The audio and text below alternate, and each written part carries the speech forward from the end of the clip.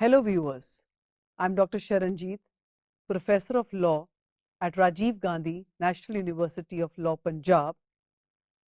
I shall start today's session with a question. Does consent absolve the liability under the law of torts? Dear viewers, the topic for today's discussion is defenses against tort, consent, volenti non-fit injuria and scienti non-fit injuria. As we have already discussed, that the main objective of the law of torts is to make people liable for their wrongful behavior towards another individual or the society at large. Here it is important to note that in the law of torts, it is not every damage which can be the foundation for an action. It must be a damage in the eyes of the law. Another important aspect is with regards to the general exceptions to the liability in torts, where the defendant may plead in defense of his act which has caused damages to the plaintiff. The general defenses available to the defendant for avoiding the tortious liability are as follows. First, volenti non-fit injuria or the defense of consent. Second, plaintiff the wrongdoer. Third, inevitable accident. Fourth, act of God. Fifth, private defense. Sixth, mistake. Seventh, necessity. And the eighth one is statutory authority. Dear viewers, today we shall be focusing only upon the defense of consent. What is consent? Consent means to agree to something or to allow something to happen. It is noteworthy that the general defense of consent may be taken whether the action is for trespass, defamation, false imprisonment, or some other wrong. Volenti is a good defense in the law of torts. It is based on the maxim volenti non-fit injuria, meaning thereby that where the plaintiff has consented to a wrongful act, he shall have no right to sue the defendant. For example, if I invite my friend Shalini to my house, can I sue her for trespass in my living area? The answer is no. My friend is not liable under the law of torts as I have invited her to my place.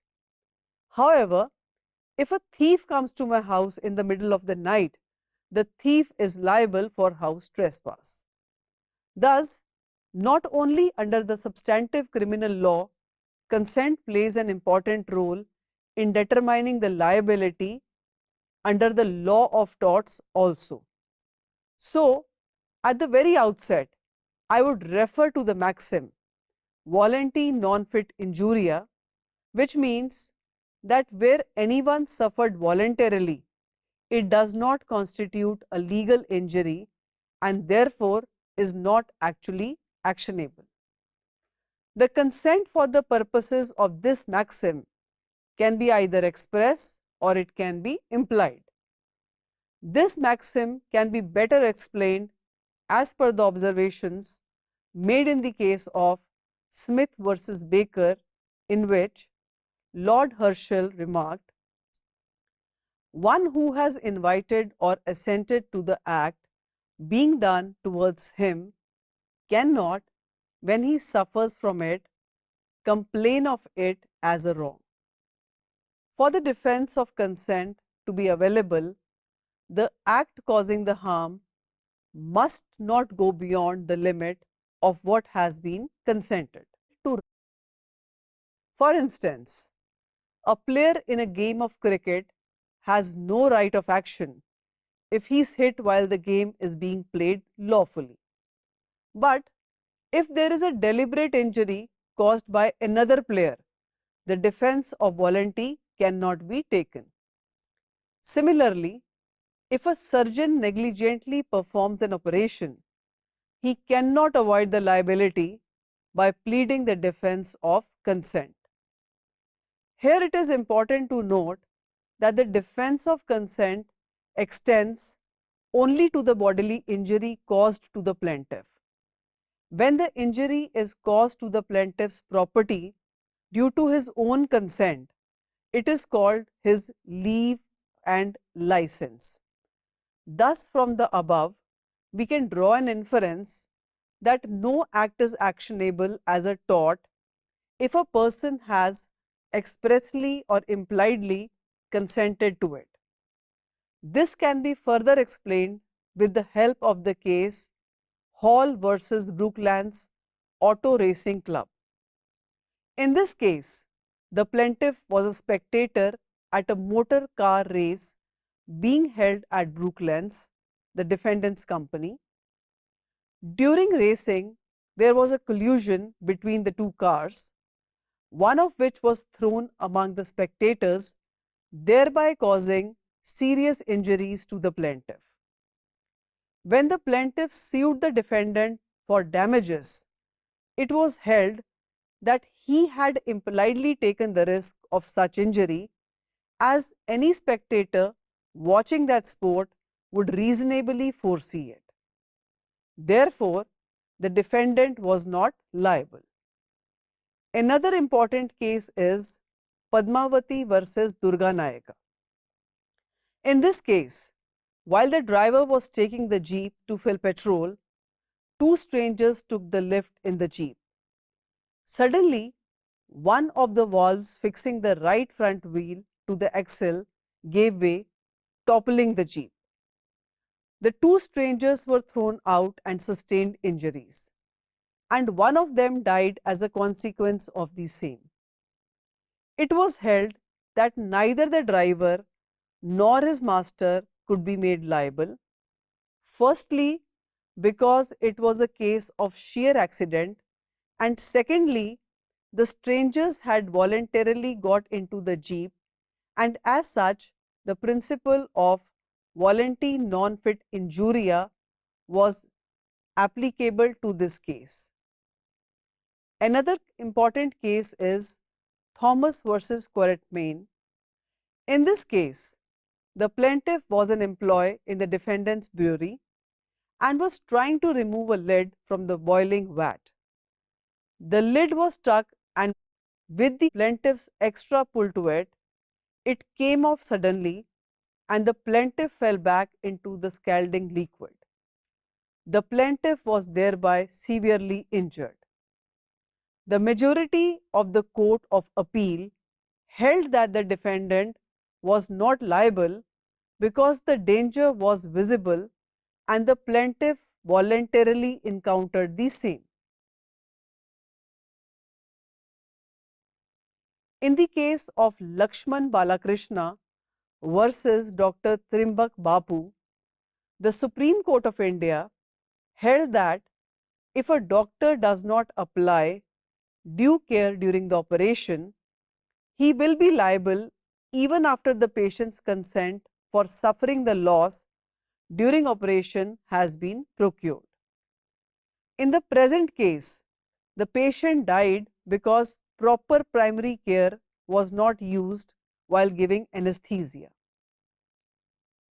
Dear listeners, now we shall move towards answering the crucial question as to when does the defense of consent arise. For the application of this doctrine of volenti non fit injuria, the following conditions are required to be fulfilled. First, the requirement of consent. The application of this principle not only requires the consent, but the consent must also be freely given and should not be induced by fraud, coercion, undue influence, misrepresentation, or mistake. If the consent is not free, then it shall not be a valid consent for the purpose of this rule. Furthermore, the act done by the defendant should also be the same for which the consent is given. In the case of minors, the consent of parents or guardians will be admissible as a good defense. So, when the guardian of a child consents to that child's operation by a doctor, the surgeon cannot be sued for operating the child without the child's consent.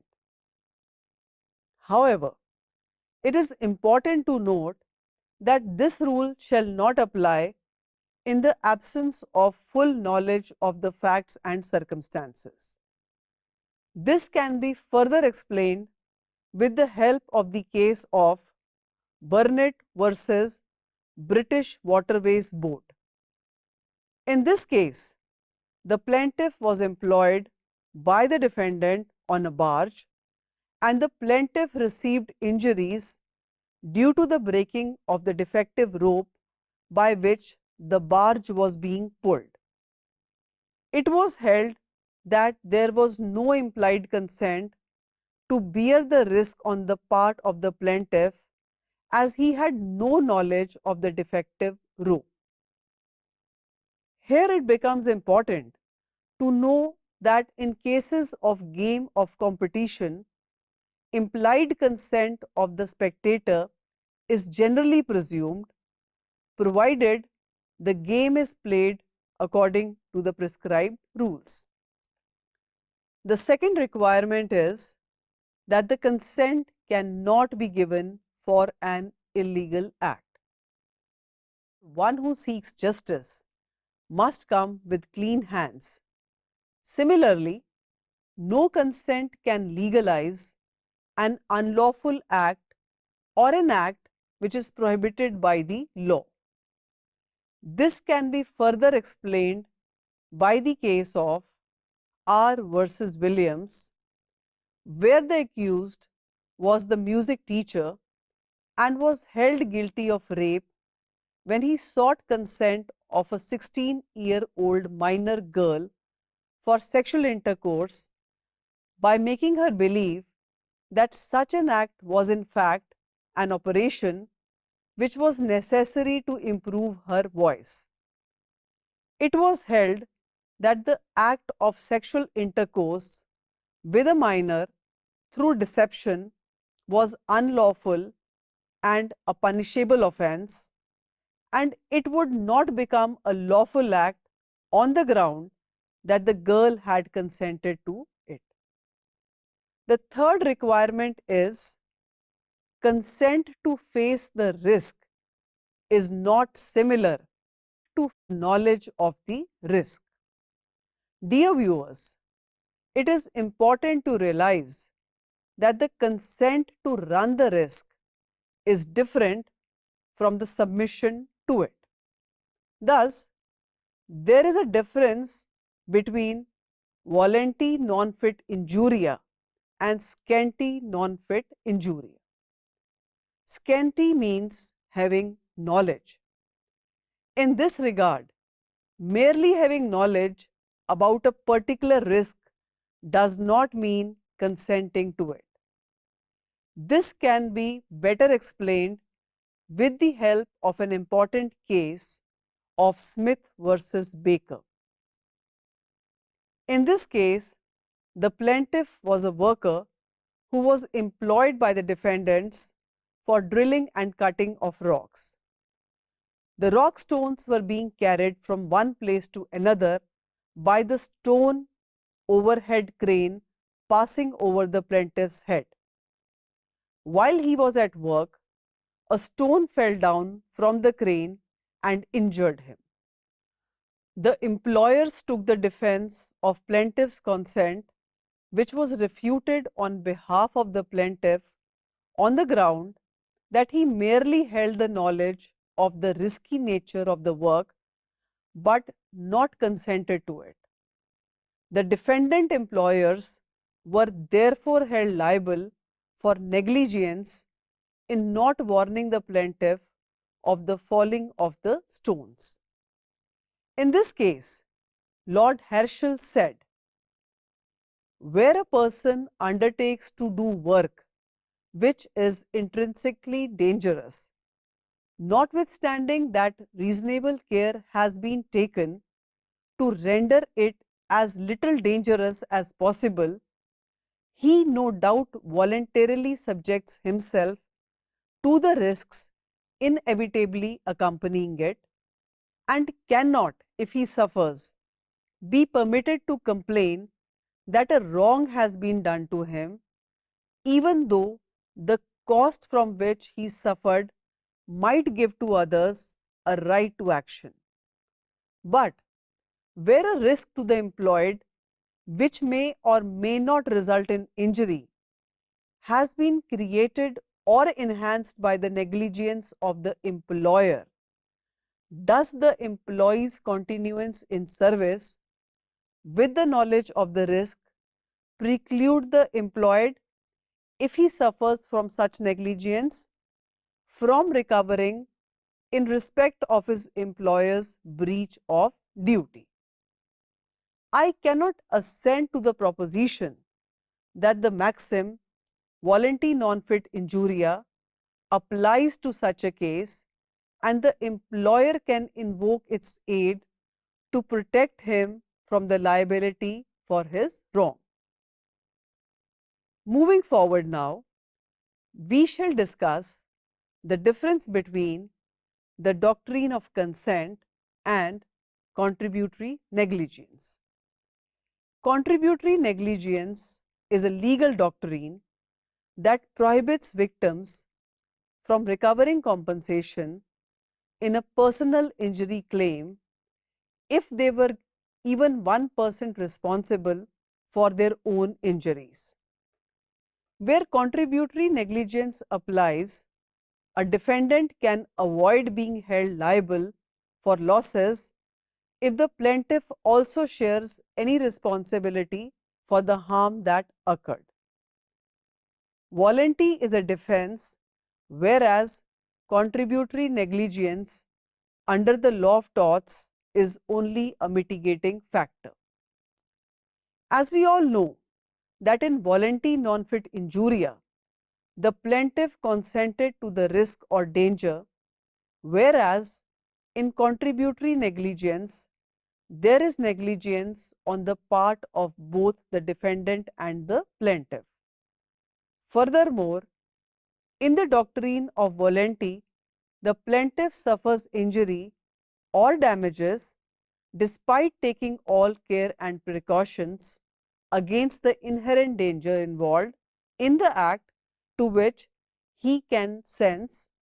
But in case of contributory negligence, the damages are caused to the plaintiff due to his own negligence along with that of the defendant's negligence. Next, we shall discuss the exceptions to the rule of volenti non fit injuria. Dear listeners, before discussing the exceptions to the rule of consent, I shall discuss a recent case of White versus Johnstone. This is a landmark decision of the New South Wales Court of Appeal in Australia. This case concerned a woman who underwent dental treatment from a dentist. A key question in the case was how the doctrine of consent should be understood.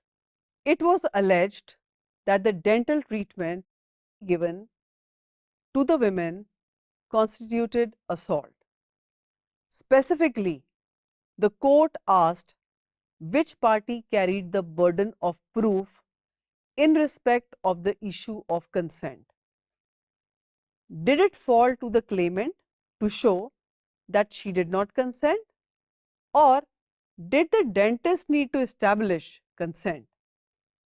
The Court of Appeal recognized that there was no binding authority on the question.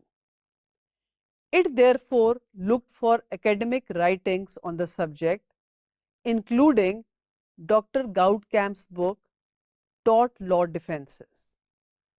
Dr. Goudkamp in his book had argued that all tort law's liability rules are either denials or defenses. Denial seeks to cast doubt on one or more of the elements of the claimant's cause of action. Conversely, defense is the liability defeating rules that apply even though all of the elements of the claimant's action are present. Exploring the authorities on the doctrine of consent, Dr. Goudkamp contended that the plea of consent, properly understood, is a denial. He reasoned that this classification means that the burden of proof with respect of the plea therefore rests on the claimant. This analysis was accepted by the Court of Appeal in the present case. After discussing this interesting case of denials and defenses, we shall now discuss the exceptions to this rule. The first exception says, where the act itself is unlawful and prohibited by law, no amount of consent can make it lawful, and the defendant will be held liable despite plaintiff's volunty for the act. The case of R versus Williams substantiates this. Secondly, a person guilty of a breach of a statutory duty towards another cannot raise the defense of the latter's consent. For instance, the labor legislations cast a statutory duty on the factory owner to fence the dangerous machinery. If the factory owner fails to perform this, he shall be held liable and cannot take the plea of the consent. Next is, it is important to note that this defense is normally not available in negligence cases. The defense of volunty is also not available to the defendant in rescue cases. In rescue cases, the plaintiff has full knowledge of the nature and extent of the risk or danger involved in saving somebody and voluntarily lends himself into the danger, quite aware of the loss which is likely to fall upon him. So, after discussing the defense of volunty non-fit injuria, popularly known as the defense of consent, I would like to conclude today's session by saying that when the plaintiff brings an action against the defendant for a particular tort and he proves the existence of all the essential elements of the tort, the defendant would be liable for the same. However, as discussed today, the defendant may avoid his liability by taking the plea of some defense. The defense of consent can be taken by the defendant as a plea in suitable cases for the simple reason that when a person consents to the infliction of some harm upon himself, he has no remedy for that in torts. Consent for the purpose of this rule has to be a free consent, that is, not induced by misrepresentation or compulsion. It is also important that the act causing the harm must not go beyond the limits of what has been consented to.